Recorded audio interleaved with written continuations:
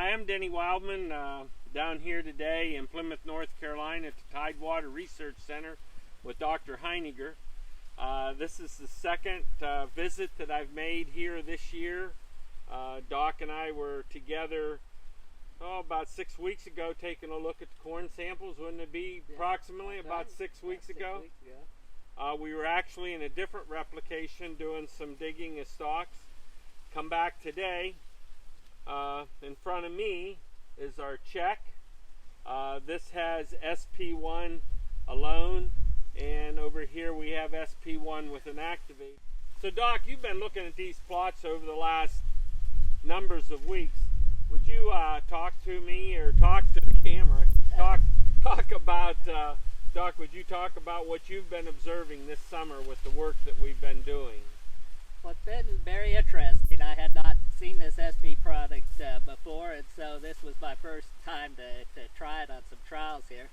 This site here is a very highly productive site, deep organic soil, so we've got a really good opportunity to see what it will do.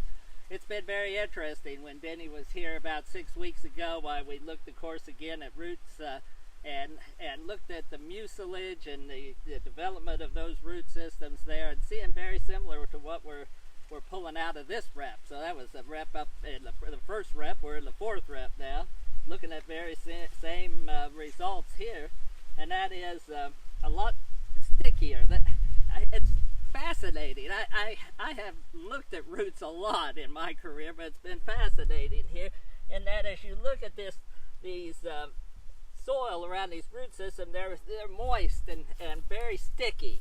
It's so much so that when I came along and shook this one out, this soil just fell right off, and you can see all the granulation there of that soil there. But when we went to shake these two off here that had the SP treatment on, this soil still continues to want to cling to this root system, and as you feel it, it's very sticky. It holds together in a ball, much like a soil that's at a much higher soil moisture content than that one right over there. So I've been fascinated by that. It's also been interesting, of course, to look at the plants themselves here. And the one thing we're noting today as this field dries down is the difference here in some of these plants. Yeah, take a look at these. This is here, but here's your ear, your next leaf down, your next leaf down. You can see these leaves are already deteriorating here.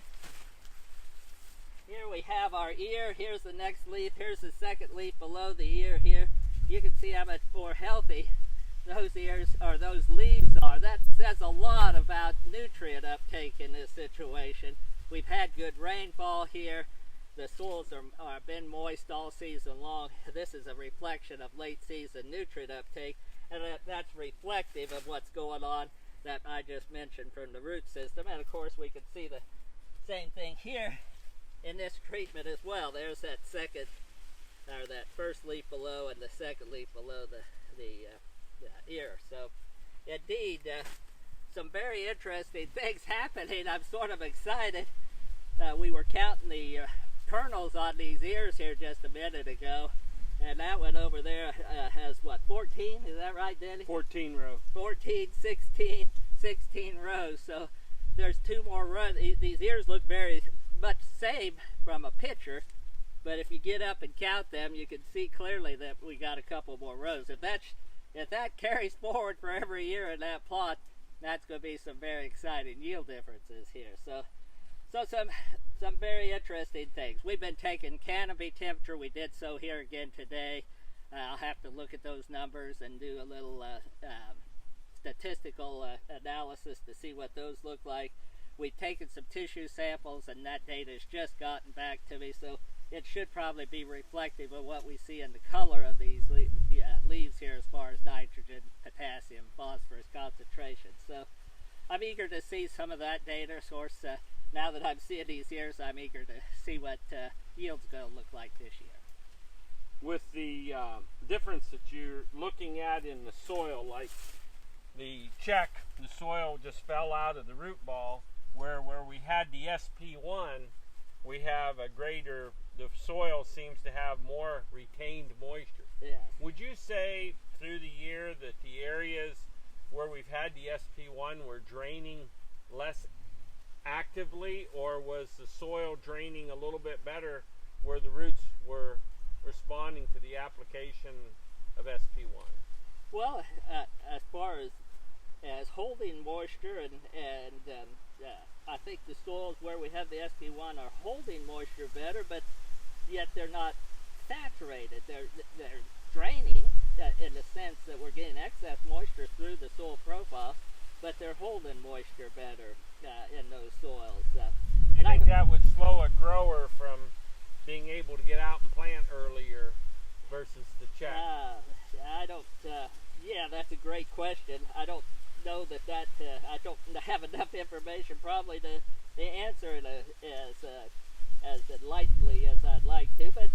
But I think what I've seen here is these soils actively are better shaped as far as drainage, air infiltration, and yet it's all about pore soil structure and pore space when it comes to that.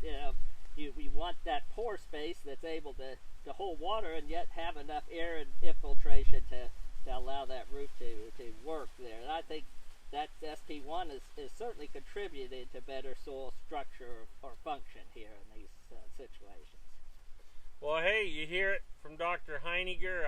We'd like to thank you for your time. We're going to take care of looking at some additional information from harvest, where we're going to look at seed weights, and also we're going to take a look at the soil test values for potassium. In the areas that I've worked since we're being introduced to SP1, I've noticed that about 85% of the time that we see greater potassium availability in the soil samples. We've seen some other nutrients show up, such as potassium and phosphorus, or calcium and phosphorus, but potassium really, to me, is a driver with nitrogen for corn yield.